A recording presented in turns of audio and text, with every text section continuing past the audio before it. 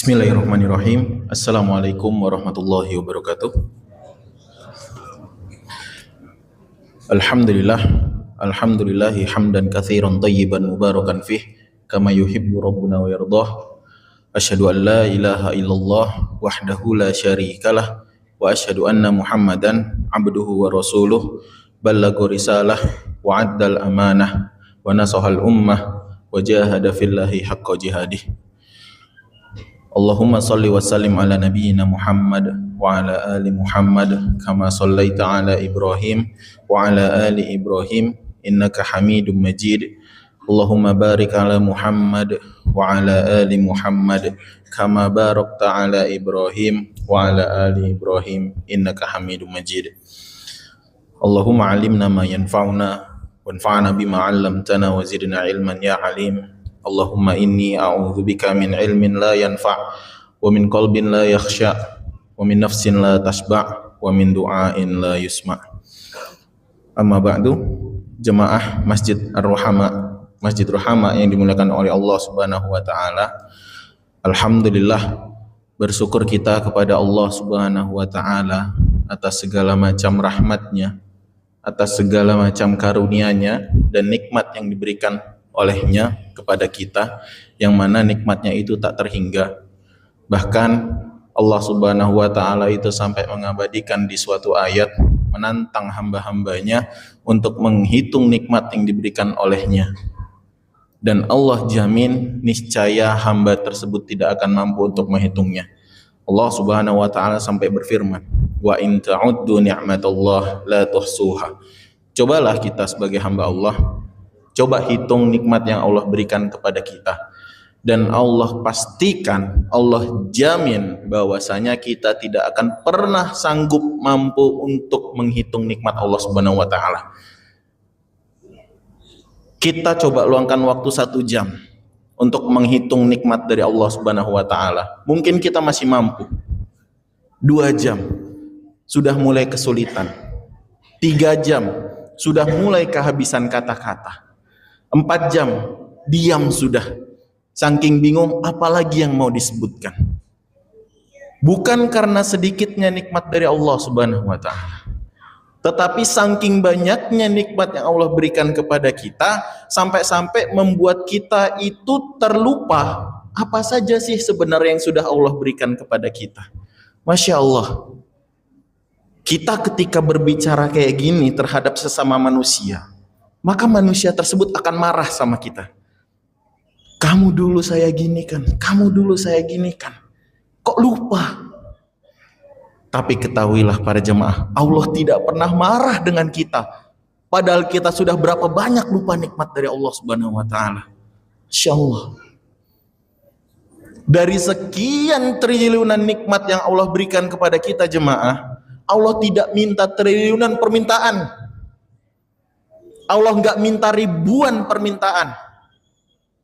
Kita kalau manusia baru beberapa kali ngasih, mintanya udah macam-macam.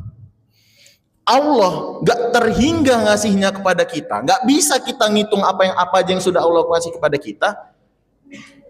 Tapi Allah cuma minta satu hal. Satu hal sangat simpel. Nggak main-main, nggak lain-lain. Apa itu? Sembahkanlah semua apa yang kita lakukan itu karena Allah Subhanahu wa taala saja. Cuman itu aja. Kenapa ini yang Allah minta? Karena ini sejalan dengan tujuan Allah ciptakan kita. Ketika kita melakukan semuanya itu karena Allah landasannya, kemudian Allah cinta, kemudian Allah ridho, maka itu akan ternilai ibadah. Dan tujuan kita kan diciptakan di permukaan bumi ini, wa ma khalaqtul jinna wal insa illa liya'budun. Tidaklah aku ciptakan jin, tidaklah aku ciptakan manusia kecuali untuk beribadah kepadaku. Gak aneh-aneh, gak macem-macem, gak banyak-banyak. Hanya cukup sembahkan semuanya kepada Allah Subhanahu wa taala. Bentuk rasa terima kasih atas nikmat yang tidak terhingga yang Allah berikan kepada kita. Nikmat yang sangat banyak. Keluarga yang diberikan Allah kepada kita ini juga merupakan nikmat. Pasangan-pasangan kita, anak-anak kita itu merupakan nikmat dan pemberian dari Allah Subhanahu wa taala. Dari mana buktinya? Karena dari doa yang selalu kita minta, Rabbana hablana min azwajina wa dzurriyyatina qurrata a'yun. Ya Allah, berikanlah, hibahkanlah kepada saya. Kita minta untuk diberikan pasangan sama Allah. Kita minta untuk diberikan anak keturunan sama Allah Subhanahu wa taala. Kita tidak akan mampu untuk mendapatkan pasangan-pasangan kita kecuali Allah yang mempertemukan dengan 1000 jalan takdirnya. Kita tidak akan mampu untuk mempunyai anak keturunan kita kecuali Allah yang berikan, Allah izinkan itu diberikan kepada kita. Maka nikmat mana lagi yang ingin kita dustakan, jemaah? Keluarga ini merupakan nikmat yang paling besar yang Allah berikan kepada kita.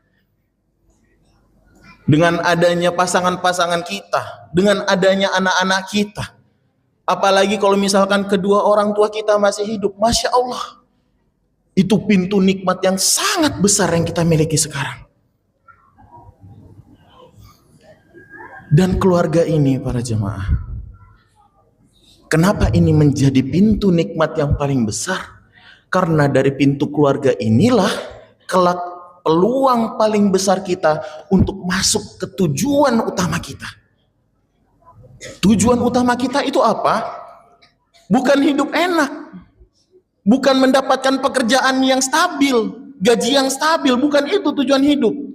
Kalau sekedar itu tujuan hidup, wajar saja kita akan gagal di tujuan yang sebenarnya. Tujuan hidup kita yang sesungguhnya itu gimana caranya nanti kita sampai di akhirat itu menjadi mudah. Masuk surga itu menjadi mudah. Itulah tujuan. Sisanya sarana, wasilah. Ketika kita menganggap wasilah itu sebagai tujuan, tinggal tunggu waktu kehancurannya. Dan keluarga yang kita miliki sekarang ini adalah wasilah. Wasilah untuk memudahkan kita mencapai tujuan yang kita inginkan tersebut. Pasangan-pasangan kita, anak-anak kita, orang tua kita, itu merupakan wasilah. Yang mana dengan mereka lah kita menjadi mudah menuju surganya Allah Subhanahu wa ta'ala. Tetapi para jemaah sekalian, ketahuilah, tidak ada namanya kemudahan di dalam perjuangan. Ketahuilah, untuk menempuh tujuan yang kita inginkan itu banyak sekali batu kerikil yang akan kita hadapi di tengah perjalanan. Siapa yang membuat kerikil tersebut? Inilah musuh utama kita. Musuh yang mana ini sudah ada semenjak Bapak kita diciptakan, Abul Bashar, Adam alaihissalam.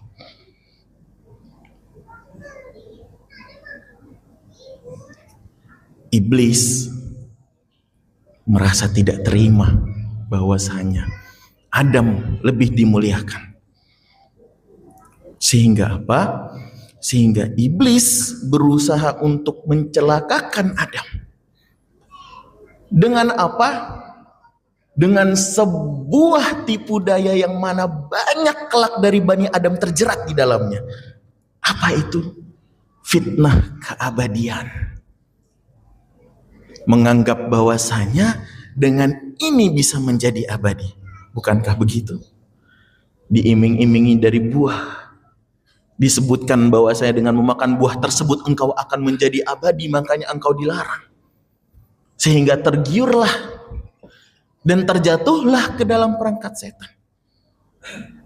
Dan inilah permasalahan yang banyak dialami oleh orang-orang di zaman ini.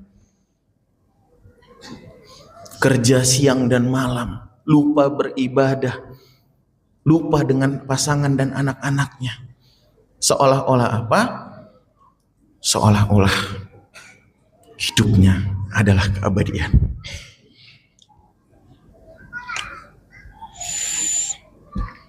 Jemaah sekalian dimuliakan oleh Allah, ketahuilah iblis dan bala tentaranya itu cuma ada dua cara untuk merusak tujuan kita, untuk merusak keluarga kita.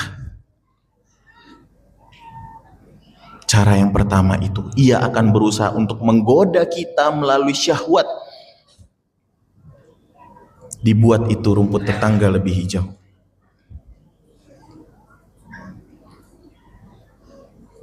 Ketika syahwat ini tidak mampu untuk dirasakan, maka baru jemaah iblis masuk ke dalam pintu berikutnya. Apa itu? Masuk ke dalam cobaan syubhat. Iblis biarkan dia nggak bisa lolos dengan ujian syahwat. Dia bisa menundukkan pandangannya terhadap orang-orang yang tidak halal baginya. Ia bisa menjaga apa-apa saja yang dibolehkan untuknya dan apa yang tidak dibolehkan untuknya. Mengetahui itu, iblis masih mempunyai cara. Dengan apa? Dengan syubhat. Dibuat itu abu-abu. Dibuat itu apa yang dilakukannya itu seolah-olah kebenaran. Dia cinta dengan pasangannya. Biarkan saja dia semakin cinta. Dia cinta dengan anaknya. Biarkan saja dia semakin cinta dengan anaknya. Sampai-sampai cinta itu menutup matanya terhadap kebenaran.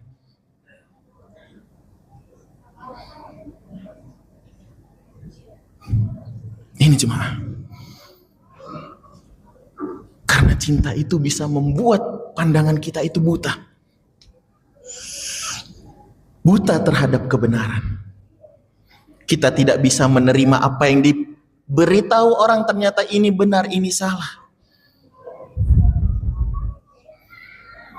Dan obat dari ini apa? Obat dari caranya bagaimana kita terlepas dari fitnah syahwat dan fitnah syubhat ini, yaitu dengan apa? Kita harus memahami konsep keluarga yang benar itu, ini bagaikan segitiga antara pasangan. Jikalau kita benar-benar cinta kepada pasangan kita, itu seharusnya kita cinta kepada Allah terlebih dahulu. Ketika sama-sama mencintai kepada Allah, maka disitulah mereka akan semakin berdekatan.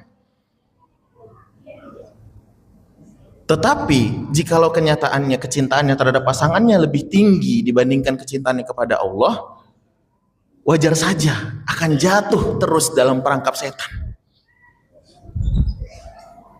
Kemudian, bagaimana caranya kita cinta kepada Allah?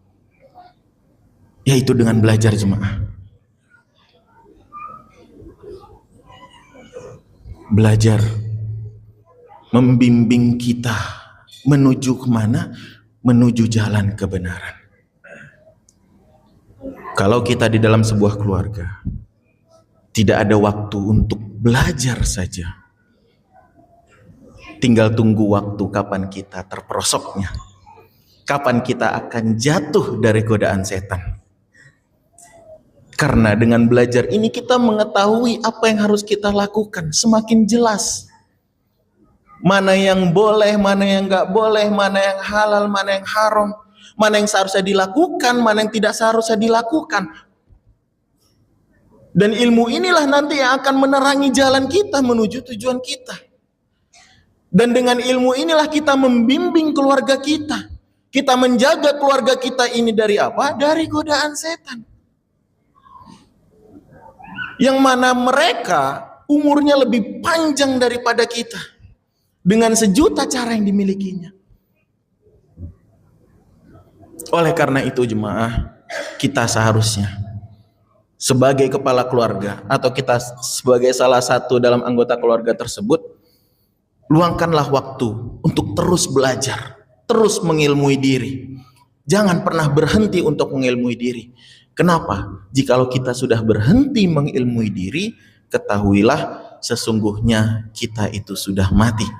Kenapa? Manusia ketika ia berhenti belajar, sesungguhnya ia bukanlah manusia. Karena manusia itu adalah makhluk yang penuh dengan kesalahan. Karena ia sadar dirinya penuh dengan kesalahan, maka ia butuh agar ia tidak terjatuh di dalam kesalahan terus-terusan. Dengan cara apa? Ia terus-terus belajar, mengupgrade diri. Dan bukan hanya sekedar belajar, karena dari belajar itu nanti akan ia praktekkan. Man amila bima alima, allamahullahu ma lam ya'lam. Ketika sudah dia pelajari, dia praktekkan, maka akan Allah ajarkan kepada dia hal-hal yang tidak ia ketahui. Aku qauli hadza, astaghfirullah li wa lakum, sa'iril muslimina min kulli dzamb fastaghfiru innahu huwal ghafurur rahim. Assalamualaikum warahmatullahi wabarakatuh.